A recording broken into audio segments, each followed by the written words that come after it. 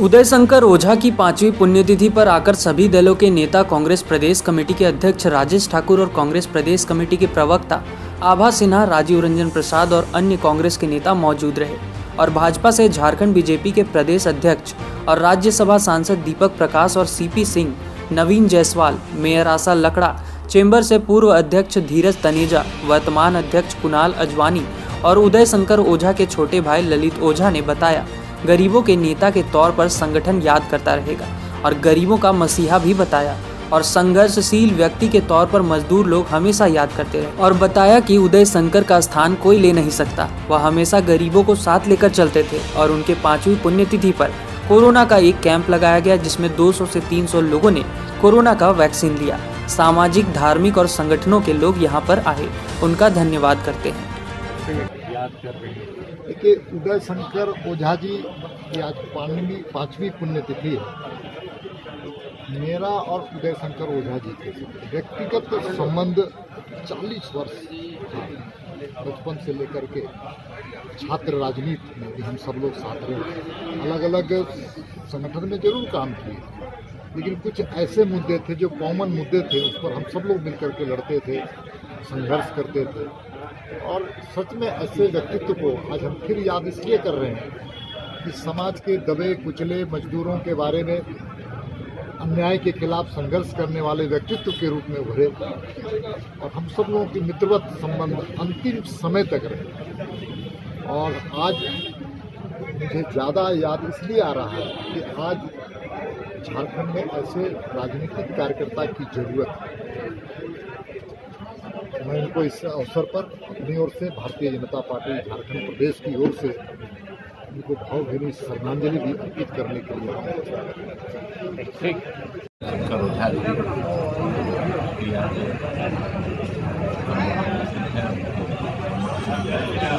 और ईश्वरी ओझा जी समाज के लिए हमेशा संघर्षशील भूमिका में गरीबों की आवाज़, मजदूरों की आवाज़ और जहाँ भी अत्याचार होता था, जहाँ शोषण होता था, सशरीर उपस्थित होकर संघर्ष करके गरीबों को उनसे व्यक्तिगत रूप से हम लोगों का संबंध था और मेरे बड़े भाई के रूप में हमेशा वो मार्गदर्शन देते थे और हम लोग कई संघर्ष के कार्यक्रमों में एक साथ एक मंच पर उपस्थित थे और उनकी कमी हम लोग आज भी महसूस करते हैं। ईश्वर से प्रार्थना है कि परिवार को शक्ति दे और उनके छोटे भाई ललित ओझा जी उनके बाद संघर्ष करके मजदूरों को शक्ति देने में अपनी भूमिका निभा रहे हैं।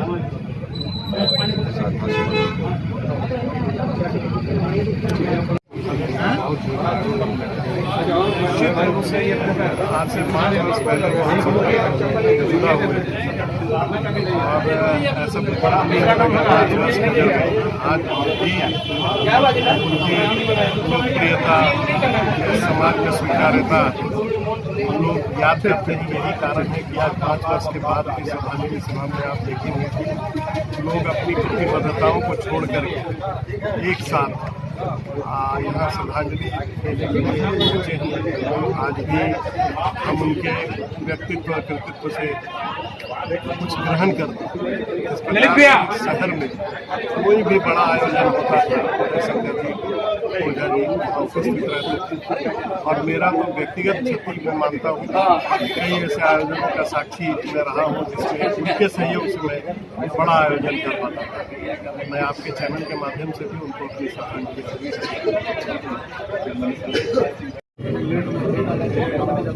आज जिस तरह से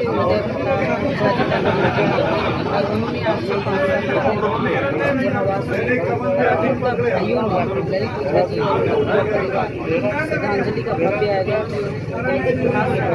कि राज्य में रहने वाले जो ऐसे लोगों का मसीहा कहे जाते थे। आज भी अगर आप देखेंगे श्रद्धांजलि सभा में सबसे अधिक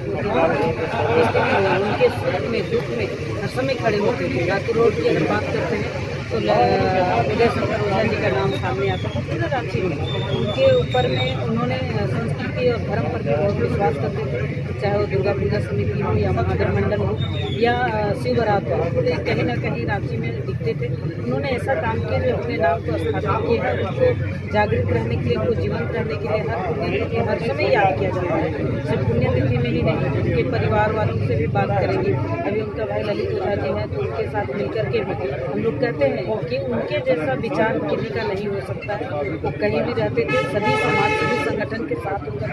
काम करते थे और समाज में एक पहचान खड़ा की है कि मोतिया मजदूर का नेता माने उदय शंकर ओझा। मैं नमन करती हूँ।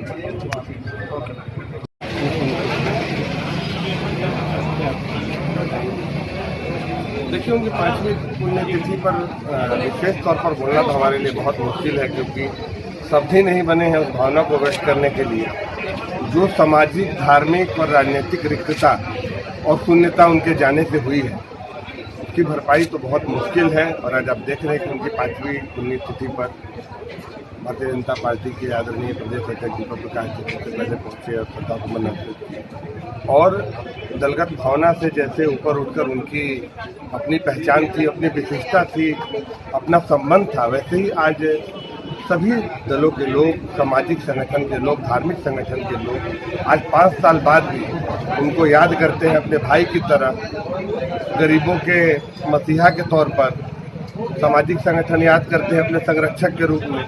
शहर याद करता है एक संघर्षशील व्यक्ति के तौर पर, प्रदेश याद करता है एक मजदूर नेता के तौर पर, एक जनप्रिय नेता के रूप में। तो उनकी रिक्तता को हम लोग सामूहिक रूप से मिलकर पाटने का प्रयास करेंगे और झारखंड के लिए जो सपना, जो बुनियादी सपने उनके थे उदय शंकर ओझा जी के, उनके करीब झारखंड को लेकर इन असंगठित क्षेत्र के मजदूरों के जीवन स्तर को आगे लाकर सामाजिक और धार्मिक संगठनों में समरसता स्थापित करके और उनके सपने को पूरा करने का संकल्प सभी लोग ले रहे हैं। और आज शहर के सभी राजनीतिक, सामाजिक और धार्मिक संगठन के लोग यहाँ पर आए, उनका हम साधुवाद करते हैं, धन्यवाद करते हैं। और एक सामूहिक नेतृत्व में उनके मसाल को हम लोग आगे लेके बढ़ेंगे, ऐसा प्रण आज हम लोग यहाँ करते हैं।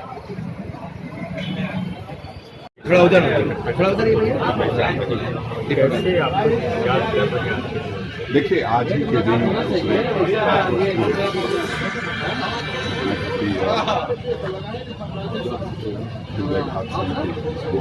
होने से उनके निधन से निश्चित रूप से हम ये कह सकते हैं कि एक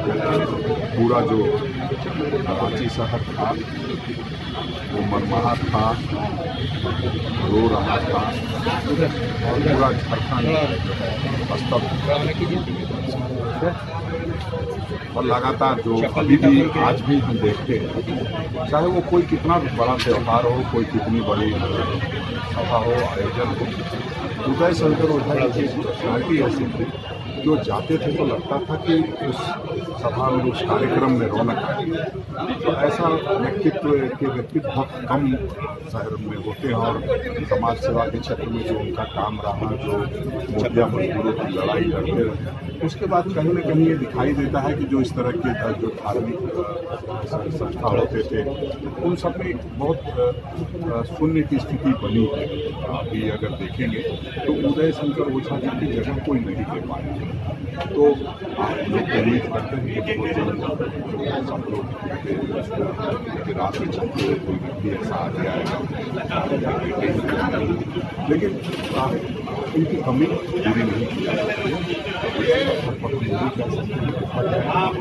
नवासी में सबसे पहली बार